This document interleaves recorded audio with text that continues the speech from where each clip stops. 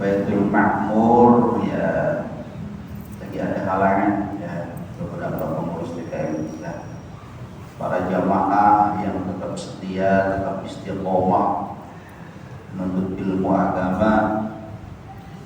Kita selalu berharap memohon kepada Allah agar kita setiap minggu diberikan pemahaman yang baik. Dalam sebuah syair dikatakan, wa kun mustafidan kulla yawmin ziyadatan minal ilm wasbah fi buhuril fawaid. Jadilah orang yang selalu bertambah pengetahuannya setiap hari.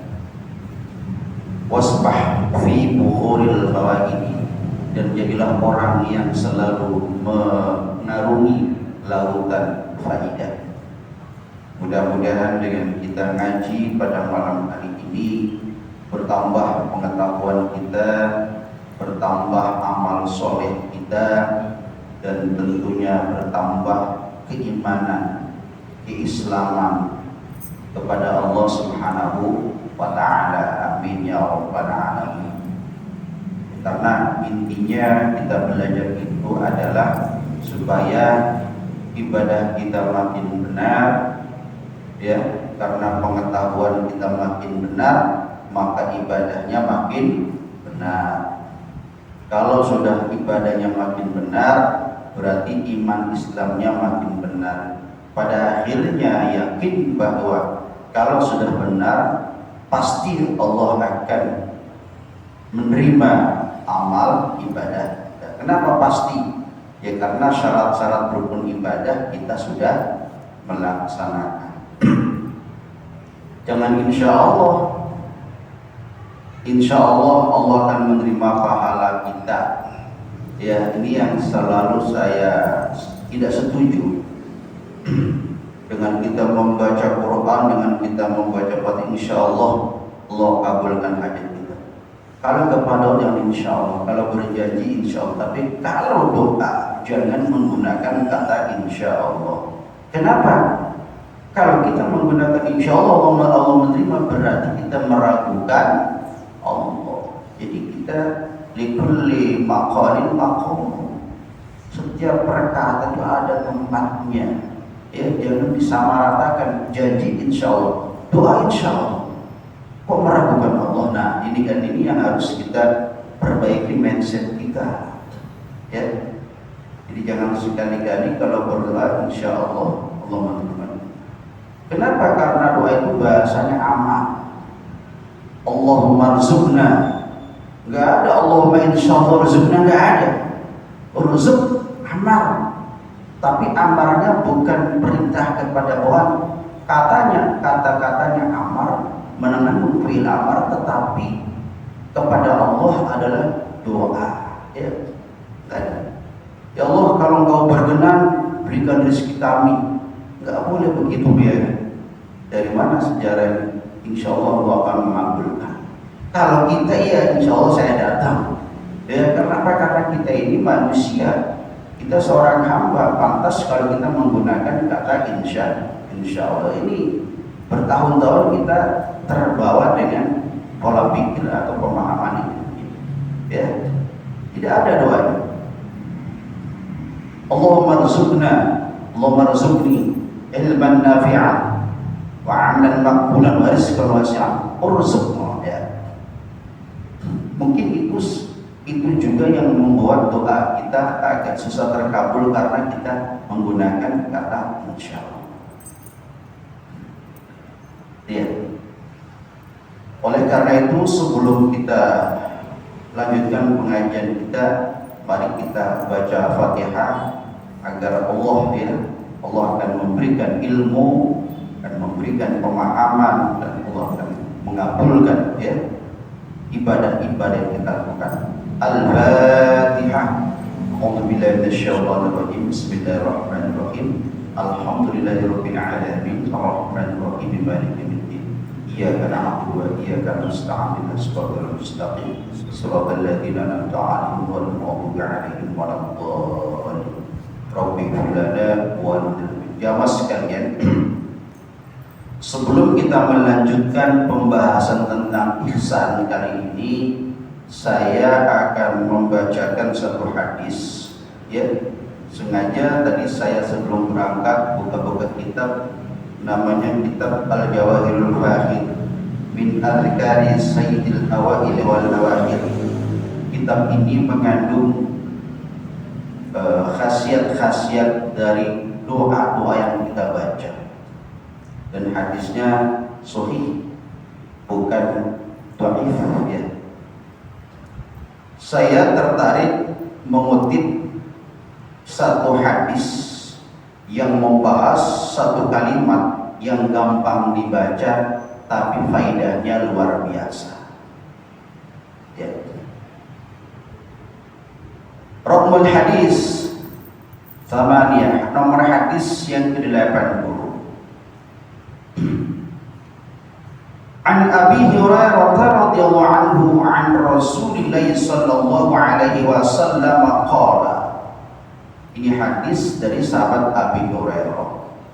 Sahabat Abi Hurairah menerima hadis dari Rasulullah. Apa kata sahabat, apa kata baginda Rasul? Man qala la haula wa la quwwata illa billahi kana dawaan min tis'atin wa tis'ina da'an. Terjemahannya gini, siapa yang selalu memperbanyak membaca kalimat la haula wa la quwwata illa billah, sesungguhnya kalimat itu menjadi obat dari 99 penyakit, ya.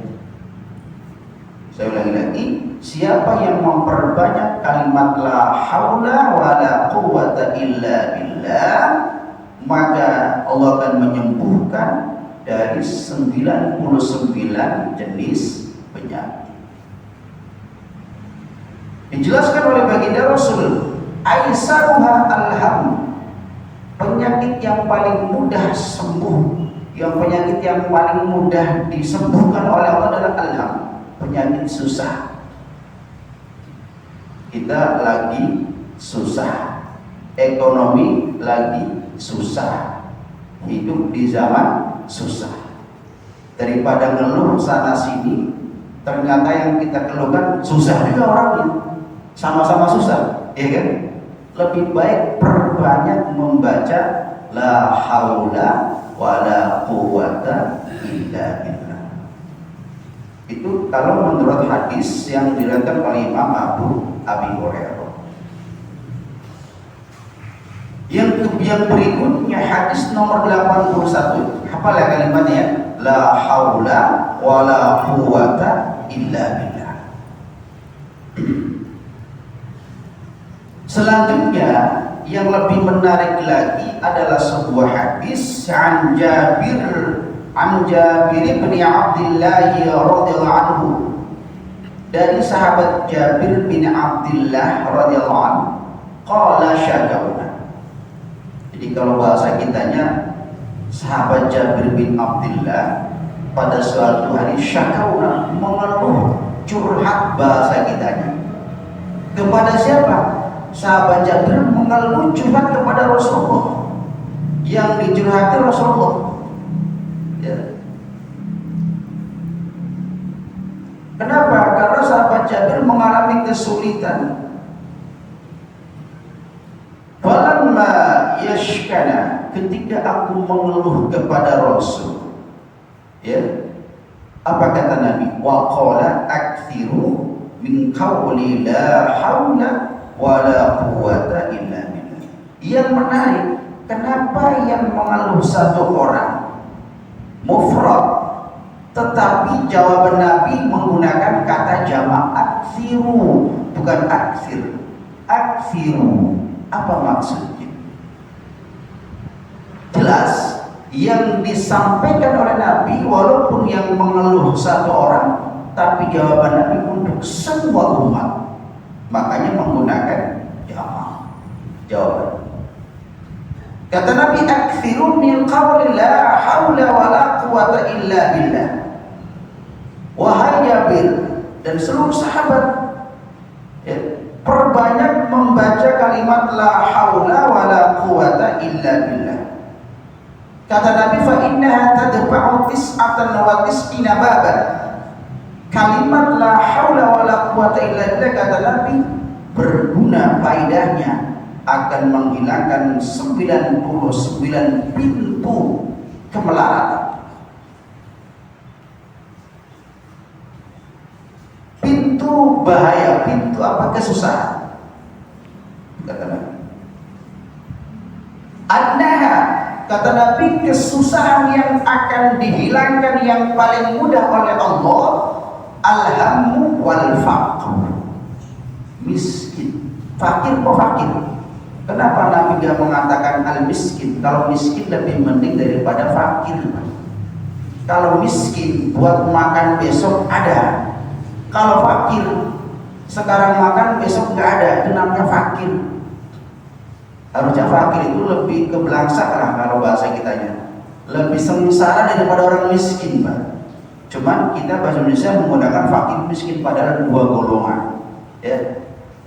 Kata Nabi, yang paling mudah dihilangkan orang penyakit fakir.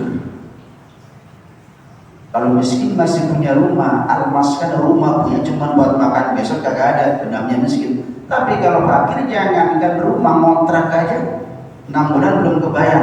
Misalnya kan gitu kan, sudah dikejar-kejar belum yang punya kontrakan, itu namanya fakir, ya. Oke, itu kenapa begitu hebat kalimat la haula wala quwata illa billah.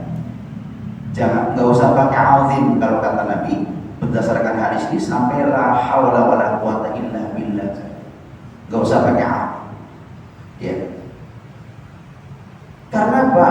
Hampir semua orang itu paling nggak suka hidup miskin, fakir miskin, paling nggak suka, ya kan? Pengen beli nggak punya duit, pengen berangkat umroh nggak punya duit, apalagi pengen haji umroh aja nggak kesampaian dan itu, pengen punya rumah nggak punya uang, ya kan? Nggak punya pekerjaan tetap kan, ya. Udah punya pekerjaan kena PHK, gitu kan? Berarti kita kategori fakir. Kenapa? Karena kalimat la haula wala quwata illa billah, kepasrahan, menunjukkan kepasrahan hamba, menunjukkan kelemahan, menunjukkan kedhaifan seorang hamba di hadapan Allah. Maka tidak ada daya upaya, tidak ada kekuatan apapun yang bisa menghilangkan kesedihan, kesusahan, sengsaraan, kecuali atas billah, atas pertolongan Allah. Jadi membaca la haula wala quwata illa billah, hakikatnya kita ditolong oleh Allah, ya. Gampang loh. Kalau disuruh baca surat Waqiah kepanjangan, satu hari baca besok enggak. Pak Ustaz, kepanjangan surat Waqiah, ada nggak yang lebih simpel selain sholawat la haula wala quwata illa billah? Sahabat Jabir aja diijazah oleh Nabi kalimat.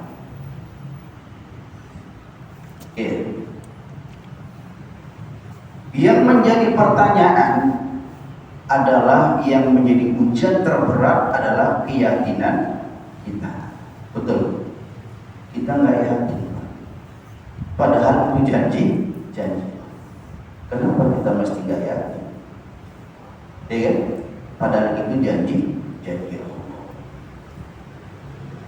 Kalau kata orang Bekasan, ilokan, masa sih janji Allah kita gak percaya, ya kan? Ya, tapi jangan kemudian kita kepasrahannya itu pasrah yang sepasrah-pasrahnya. Habis baca la haula wala quwata illa billah, tidur, bangun tidur tidak dapat duit, ya kan? Tetap kita usaha, tapi diimbangi dengan kalimat la haula wala quwata illa billah. Baca 1000 kali. Kata bininya, bang, duit buat beli beras, tunggu ya. Apa mau baca la haula wala quwwata illa billah, nah emang jadi beras la haula wala quwwata illa billah? Nggak bisa. Ya. Tapi berbeda hasilnya. Ini survei. Orang yang bekerja rajin tapi imbangi dengan berdoanya kuat, dia lebih berbeda hasilnya ketimbang hanya menggunakan hanya menggunakan rasionya saja mengenyampingkan doa. Berbeda. Berbeda. Itu pasti berbeda. Ketimbang hanya mengandalkan otak dan tenaga, otak dan otot tidak dibarengi dengan doa, maka pasti berbeda hasilnya. Itu sudah fakta. Bacanya berapa? Jangan baca sekali pengen dapat kaya, bacanya sekali jaya. Ada penjelasan yang lain mengatakan minimal dalam satu hari semalam minimal bacanya 100 kali. 5 menit selesai. La haula wala quwwata illa billah, la haula wala quwwata illa billah. Ya.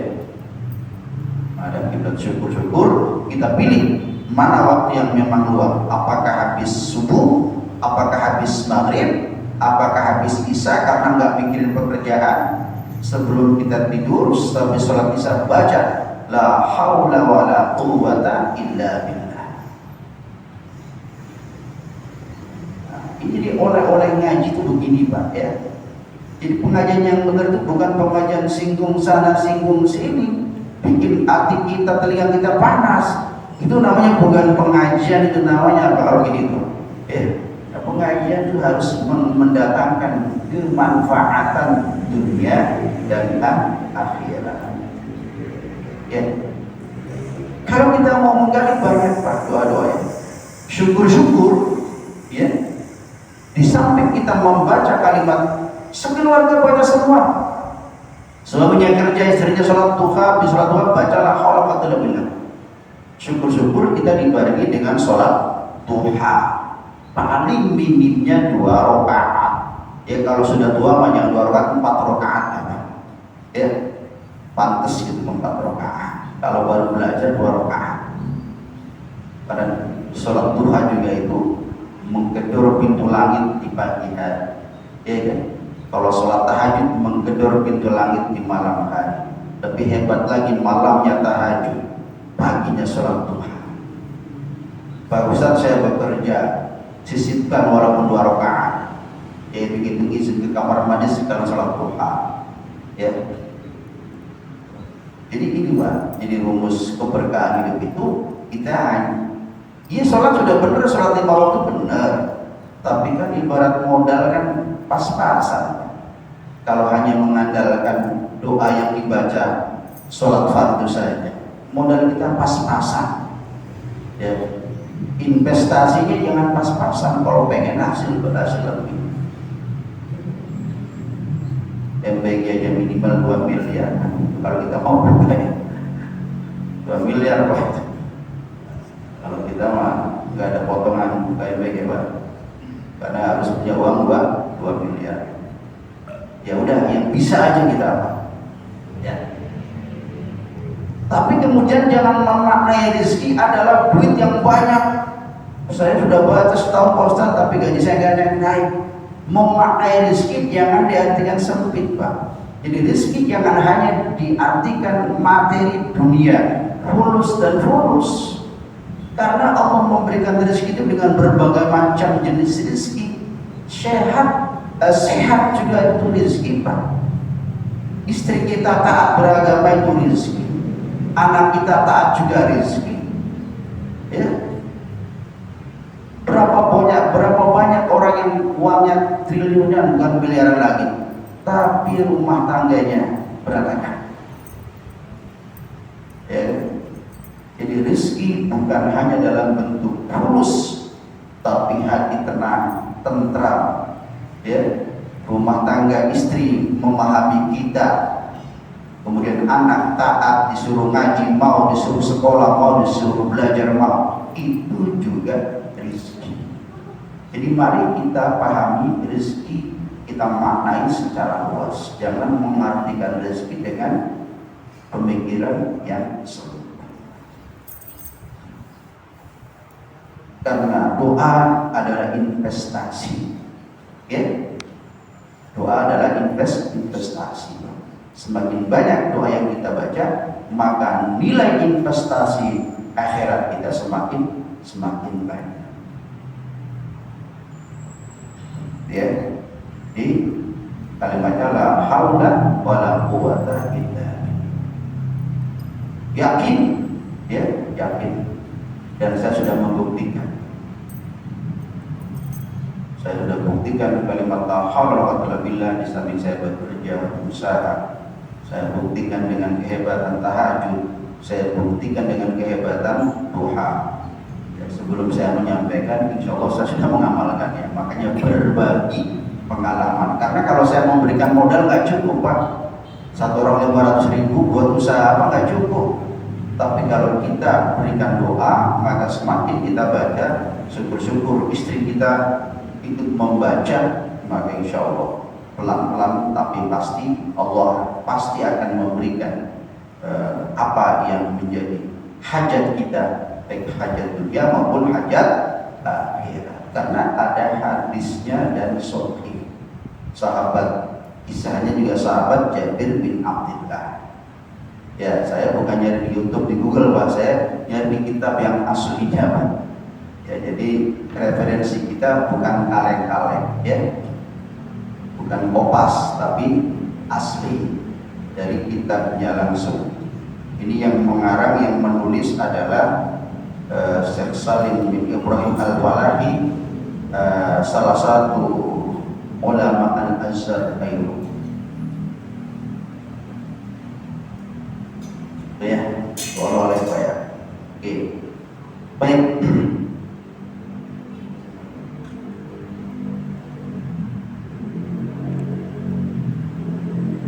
Tapi insya Allah kalau memang kita sudah mengamalkan la haula wala quwwata illa billah, kapan-kapan nanti saya akan sisipkan lagi. Tadi saya mencari yang kira-kira jamaah bisa ngamalin.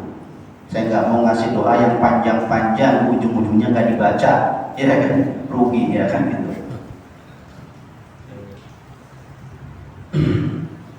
Jamaah rahimakumullah. Jadi tadi sudah paham ya, intinya baca la haula wala quwwata illa billah. Selanjutnya kita akan membahas wa amma haqiqatul ihsan. Iman sudah kita bahas, Islam sudah kita bahas, sekarang ihsan. Wa amma haqiqatul ihsani, apa sih hakikat ihsan? Ya. Dari kata ahsana yuhsinu ihsana, af'ala yuf'ilu if'ala, ala wajhi fa'lana. Wa amma haqiqatul ihsani fahiya an ya'budal 'abdu rabbahu ka'annahu yarahu. Hakikat ihsan adalah seorang hamba menyembah Tuhan, menyembah Allah seakan-akan dia melihat Allah. Itu hakikat ihsan. Kenapa ihsan itu demikian? Kalau ibadah kita, ibadah itu dimaknai dua macam. Ada yang berbentuk mahdhah, sholat yang memang harus suci. Ada yang ghairu mahdhah, ada yang di luar sholat.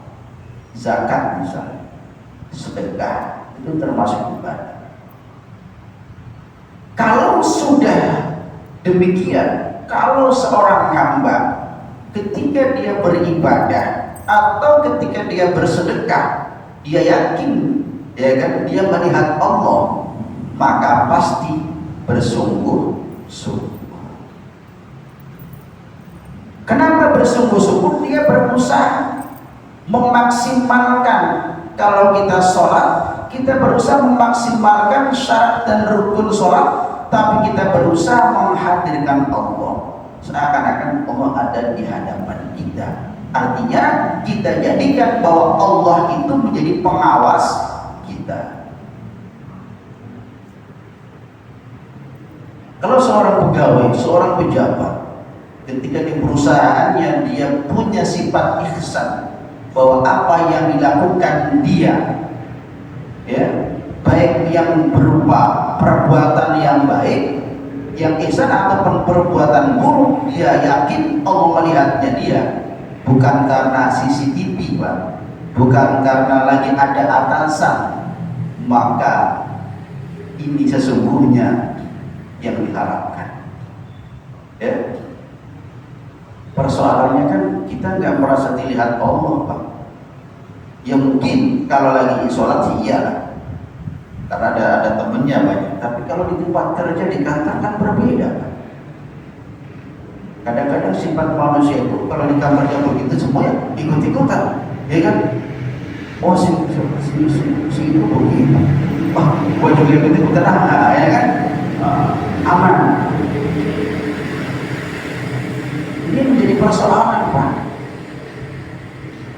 Imannya mungkin baik, Islamnya mungkin baik, tapi giliran ihsan, nah ini yang repot, ya kan?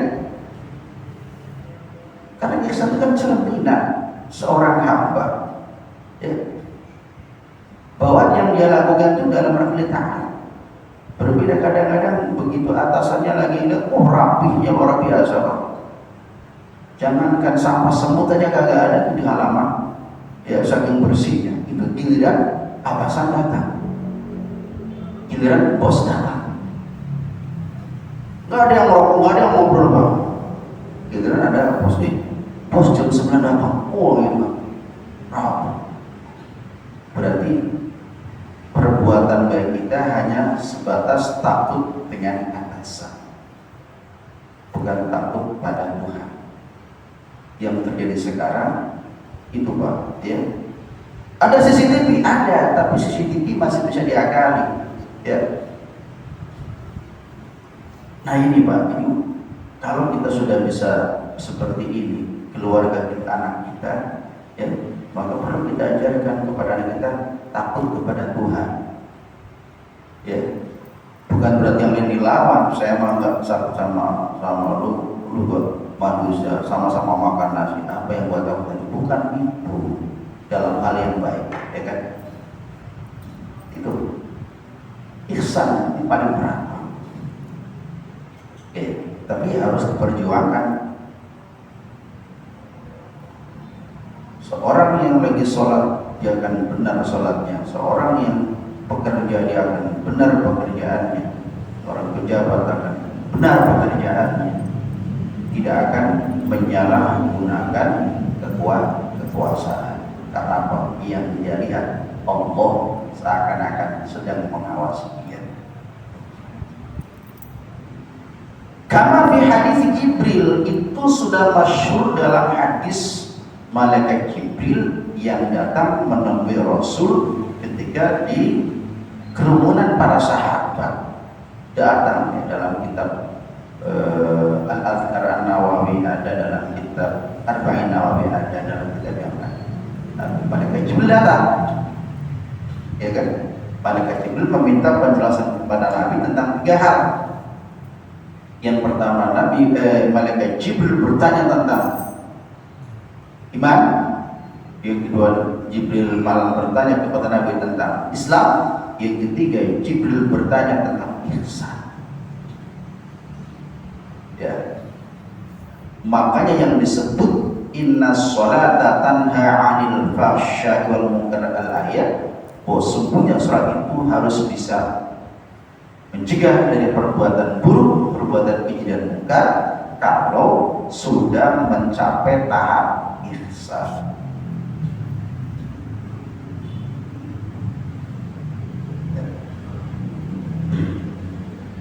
Wa qala al-Jalaluddin al-Mahalli, berkata seorang ulama mufassirin yang bernama Syekh Jalaluddin al-Mahalli, haqiqatul ihsani menurut Imam Jalaluddin al-Mahalli, muraqabatullahi fi jami'il ibadati asyamilati lil imani wal islami hatta taqa ibadatul abdi kullaha fi halil kamal min al-ikhlas. Kata Syekh Jalaluddin Al-Mahalli, hakikat ihsan itu adalah muraqabatullah. Jadi muraqabah dan hubungan antara kita dengan Allah dalam semua ibadah. Dalam semua ibadah, tadi bagi ibadah yang murni yang harus suci ataupun ibadah hormat, mencakup iman dan mencakup Islam. Kita percaya dengan Allah, yakin dengan Allah, ya berarti harus menghadirkan Allah. Islamnya kita menjalankan perintah Allah. Kita misalnya zakat, tidak pandang dilihat atau tidak dilihat, tidak pandang sedekah kita dilihat atau tidak dilihat, yang penting saya sudah niatkan sedekah, sudah cukup, Allah yang melihat kita. Jadi kalaupun DKM tidak mengumumkan Pak, sekalipun ngasih 1 juta DKM lupa, tapi sudah dicatat oleh Allah.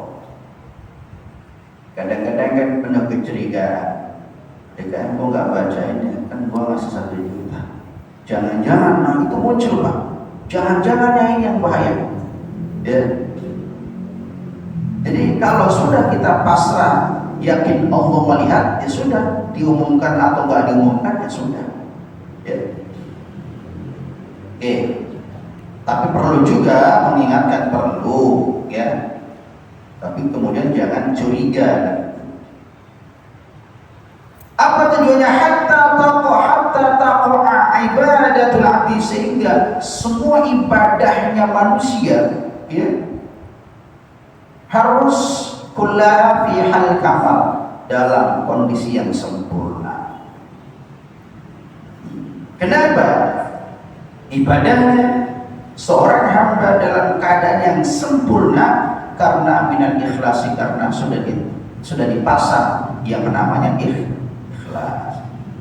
Apa ikhlas itu? Lillahi ta'ala. Jadi ada yang mengatakan begini Pak, tapi ada bukan vulgar. Ikhlas itu kata ulama, kita makan mewah sekali makan Pak, 1 juta nih, kita traktir 10 juta, kemudian kita apa yang kita makan kita buang, sama dengan membuang kotoran.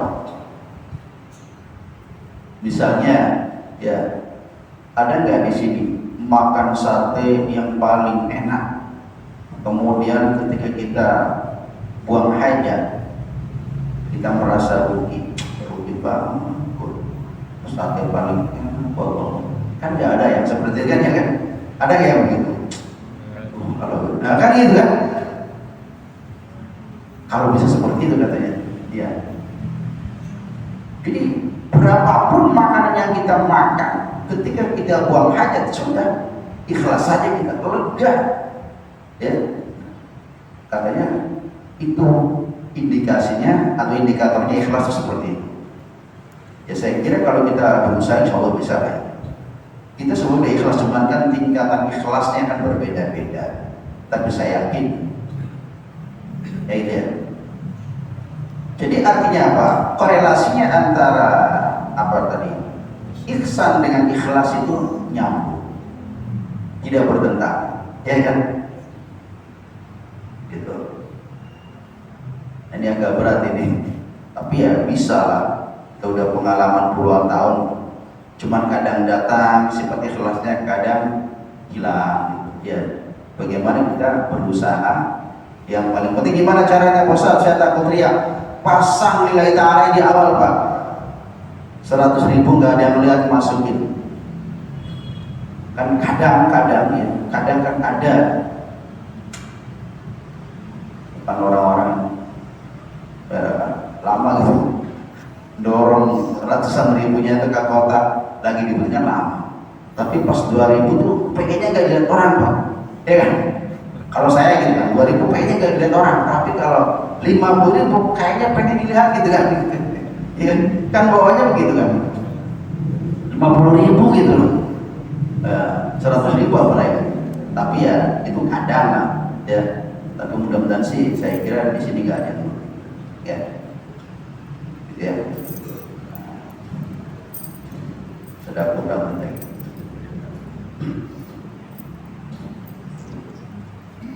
Jamaah rahimakumullah. Oleh karena itu kata hadis tunggalnya begini. Ini kan sebelah dari hadis. Saya ambil kata anta'budallah. Ikhlas itu kata Nabi ketika malaikat Jibril bertanya, anta'budallah, ya ka'annaka tarahu. Ketika kita menyembah Allah seakan-akan kita melihat Allah. Bukan berarti kita melihat Allah itu menyamakan Allah seperti makhluk, bukan. Kita meyakini Allah hadir di situ, ya, merasakan kehadiran Allah. Wa in lam takun tarahu, jika kamu tidak merasa melihat Allah, yakinlah, ya, fa innahu yaraka, sesungguhnya Allah melihat. Kan dua kali. Fa innahu yaraka atau apa namanya? Fa innaka yarahu. Engkau melihat Allah atau seakan-akan engkau dilihat Allah. Kayak kalimat. Jadi sebenarnya ilmu ini ilmu percobaan yang harus selalu dicoba, Pak, ya. Bukan sebuah ilmu teori, tapi ilmu terapan. Ayo kita coba. Kan gitu.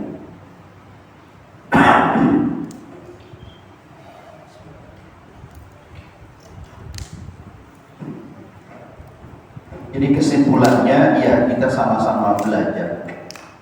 Yang namanya ilmu itu kan harus dicoba, ya. Kalau udah dicoba baru merasakan manfaatnya. Tidak ada yang berat kalau kita berusaha dan kita mencoba.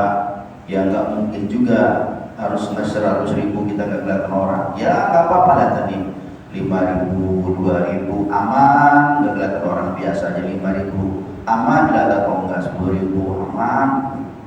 Terus naik ya. Kalau 2.000 aja kita bisa ikhlas, masa 100.000 nggak bisa ikhlas kan gitu kan? Ya. Oke. Tapi jangan kemudian uang belanja istri kita masukin ke kotak. Pak mana? Pak masukin ke kotak amal masjid. Pak kenapa sih? Beras kagak ada lah. Nah itu salah, Pak. Kalau ngasih gedean dikit, komunikasi dulu sama istri gitu. Ya. Kan salah juga kan gitu kan. Saya kira bisa dimengerti, ya. Mudah-mudahan dengan pengajian yang singkat ini, ayo kita sama-sama belajar mengamalkan la haula wala quwwata illa billah. Karena semakin hari kita baca, maka keyakinan itu tinggi, Bang.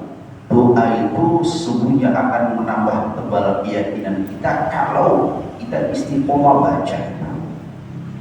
Tapi kalau kita nggak pernah baca, maka tidak ada keyakinan dalam hati. Makanya dikatakan